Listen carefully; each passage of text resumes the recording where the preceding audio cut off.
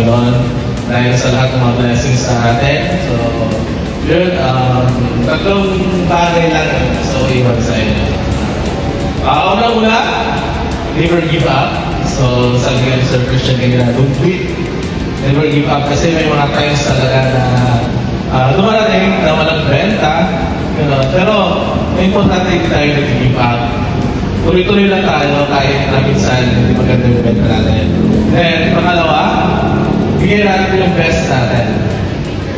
Bigyan natin yung the best natin, yung 100% natin sa real estate career natin. So, huwag ka kayahin noon, patulog-tulog, Netflix, kaya walang benta.